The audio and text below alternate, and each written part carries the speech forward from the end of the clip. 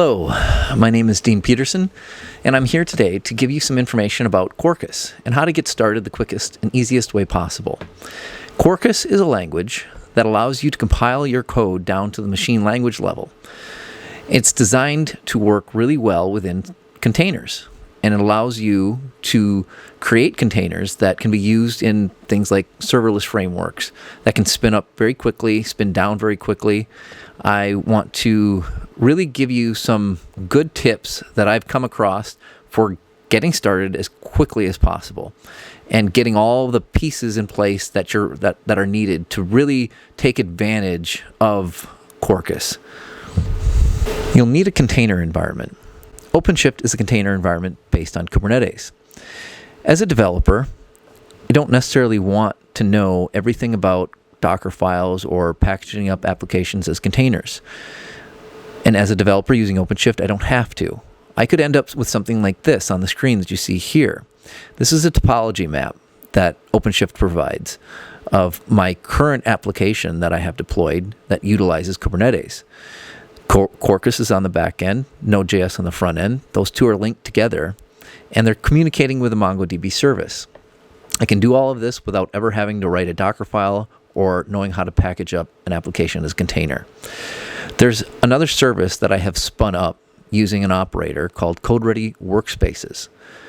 If I go to that, it's a browser-based IDE that lets me create Quarkus applications and any number of different types of applications based on various frameworks very easily. I don't have to be in the business of writing a distribution for any of these. Now, I normally could just go ahead and use one of these get started services here, but there's an even better way. So if you were to use this get started Quarkus section, then you would have an environment that was capable of writing Quarkus applications, but it wouldn't have everything that you need. There's another way. So creating a Quarkus application using a factory is something else that's available to you inside of CodeReady Workspaces. Let's see how that works.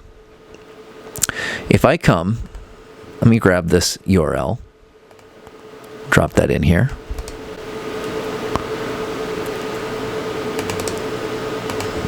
You'll see that it's a URL of my CodeReady Workspaces IDE combined with a Git repository that has a factory. All the factory files required to create a Quarkus workspace. So let me hit enter. If you're familiar with Eclipse.js, you might have seen something like this. It's building up my entire workspace with all of the pieces that I need and providing the Grail VM, all of the components that allow me to compile a Quarkus application down to the machine level. Once this finishes, we'll be inside the CodeReady Workspaces IDE, and there's a number of other things that I would like to show. Now, this isn't a step-by-step tutorial, but I do want to show some of the capabilities available to a developer using CodeReady Workspaces combined with OpenShift. We've imported our application using the factory method. And on the right-hand side here, you'll see a number of commands available to us. We can start our Quarkus backend using development mode, or if we've natively compiled, we can start it using the native production mode. We can also start our Node.js front end. If we click on this, you'll see our running backend application. That code is running inside the same container that our workspace is running in.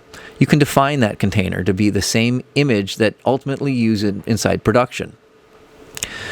To be even more representative of production, you can also create components using this method to the left.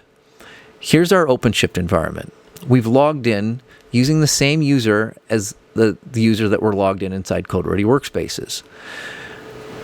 You can create a new project for your application. You can define your backend component, your front-end component, and associate those with the code and the workspace environment inside CodeReady Workspaces.